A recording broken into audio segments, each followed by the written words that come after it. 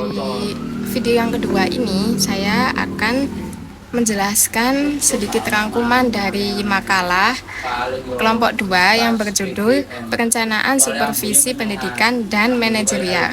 Di sini tuh makalah ini tuh membahas bagaimana perencanaan supervisi yang baik secara di bidang akademik maupun di manajerialnya. Di sini tuh menjadi fondasi penting untuk meningkatkan mutu lembaga pendidikan, khususnya di lembaga pendidikan Islam.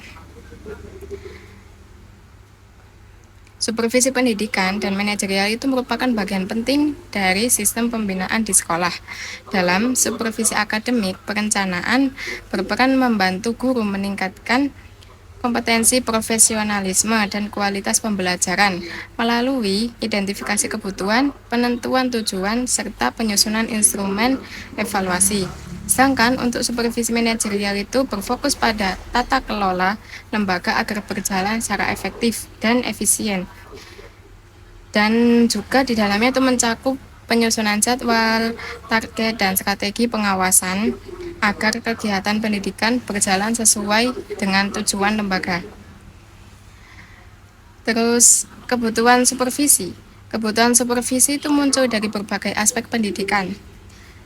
Beberapa di antaranya yaitu peningkatan kualitas profesional guru, termasuk penguasaan materi, metode mengajar, dan manajemen kelas. Yang kedua, ada efektivitas dan efisiensi pembelajaran. Di sini itu memastikan kegiatan belajar itu mengajar berjalan sesuai dengan tujuan pendidikan. Yang ketiga, ada pengembangan profesionalisme dan inovasi. Yang keempat, ada adaptasi terhadap era digital. Yang kelima, itu ada penguatan 4 kompetensi guru. Lanjut pembahasan yang kedua, yaitu perumusan tujuan dan sasaran supervisi. Dalam konteks akademik, supervisi pendidikan itu berfungsi sebagai pengatur, konsultan, pemimpin tim, serta penilai dalam proses pendidikan. Melalui supervisi, guru itu diharapkan untuk memperbaiki kinerja mereka dan dilatih untuk mengatasi tantangan yang dihadapi supervisi akademik. Juga berfungsi dalam mempermudah dan mendukung kepala sekolah dan guru. Supervisi akademik itu memiliki beberapa tujuan, diantaranya membantu guru dalam mengembangkan kompetensi profesionalnya.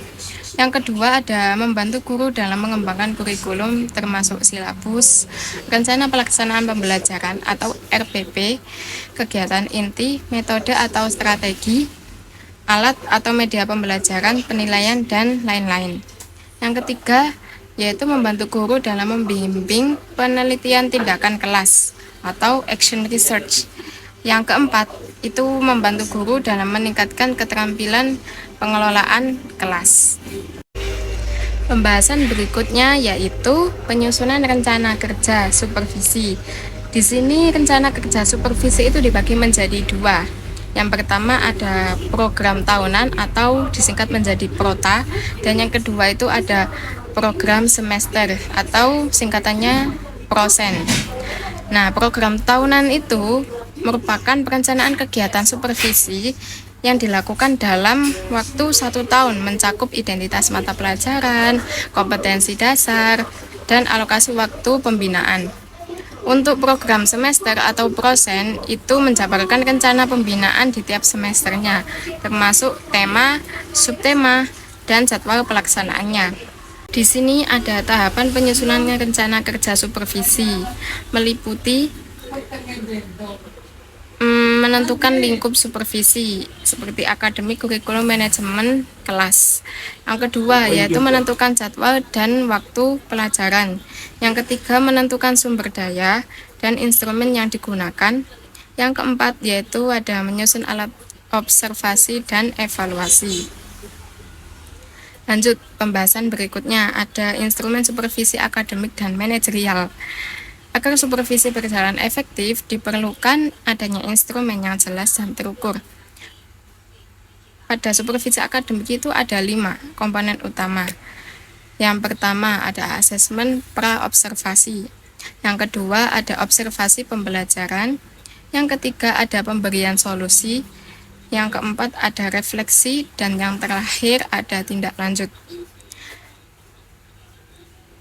Digitalisasi saat ini tuh mempermudah pelaksanaan supervisi melalui sistem daring dan platform penilaian berbasis web.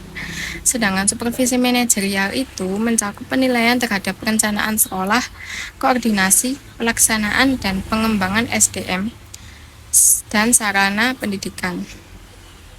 Contohnya seperti sistem InPesim atau instrumen penilaian supervisi manajerial berbasis website yang memudahkan pemantauan dan evaluasi di berbagai jenjang pendidikan. Pembahasan berikutnya ada penentuan prioritas dan skala kebutuhan supervisi. Tidak semua kegiatan supervisi itu bisa dilakukan sekaligus. Oleh karena itu, perlu dibuat skala prioritas. Pimpinan lembaga harus menentukan area mana yang paling mendesak untuk disupervisi, misalnya peningkatan kompetensi guru atau pengelolaan administrasi. Alat bantu yang umum digunakan adalah evaluasi diri madrasah atau EDM, yang mana analisis kekuatan dan kelemahan lembaga untuk menentukan fokus supervisi dan arah pengembangan. Hasil EDM sendiri itu dijadikan sebagai dasar penyusunan rencana kerja dan anggaran madrasah atau RKAM agar kegiatan supervisi benar-benar relevan dengan kebutuhan lembaga. Lanjut pembahasan berikutnya, ada standar dan indikator kinerja lembaga pendidikan. Dalam lembaga pendidikan Islam, standar kinerja itu didasarkan pada nilai-nilai Islam seperti amanah, adil, musyawarah, dan akhlak mulia. Indikator utamanya itu meliputi ada kepemimpinan berbasis nilai Islam, kurikulum integratif, kompetensi guru dan tenaga kependidikan, mutu pembelajaran dan layanan siswa, serta kualitas manajemen dan akreditasi lembaga. Sementara itu, untuk indikator kinerja guru meliputi penyusunan silabus, program tahunan, program semester, RPP, dan pelaksanaan pembelajaran yang efektif. Pendekatan balance scorecard juga bisa digunakan untuk menilai 4 aspek finansial, kepuasan stakeholder, proses internal, dan pengembangan SDM. Pembahasan yang terakhir yaitu pelaporan dan sosialisasi supervisi. Tahap terakhir dari supervisi itu pelaporan. Laporan supervisi itu berfungsi mendokumentasikan hasil observasi, temuan, serta rekomendasi untuk perbaikan. Namun, laporan itu tidak hanya bersifat formalitas. Ia harus memberikan informasi yang nyata agar dapat ditindaklanjuti secara berkelanjutan. Supervisi yang baik juga harus disosialisasikan kepada seluruh warga sekolah agar menjadi budaya bersama. Keberhasilan supervisi itu sangat bergantung pada kolaborasi antara pengawas, kepala sekolah, guru, dan tenaga kependidikan lainnya. Kesimpulannya, dari penjelasan di atas tadi, perencanaan supervisi pendidikan dan manajerial itu merupakan kunci utama untuk meningkatkan mutu lembaga pendidikan Islam. Supervisi akademik membina guru agar profesional, sedangkan supervisi manajerial itu memastikan tata kelola lembaga berjalan dengan efektif dan efisien. Dengan perencanaan yang matang, skala prioritas yang jelas, serta dukungan semua pihak, supervisi dapat menciptakan pendidikan yang berkualitas, inovatif, dan berlandaskan dengan nilai-nilai Islam. Sekian rangkuman presentasi dari kelompok 2 tentang perencanaan supervisi pendidikan dan manajerial. Kurang lebihnya mohon maaf. Wassalamualaikum warahmatullahi wabarakatuh.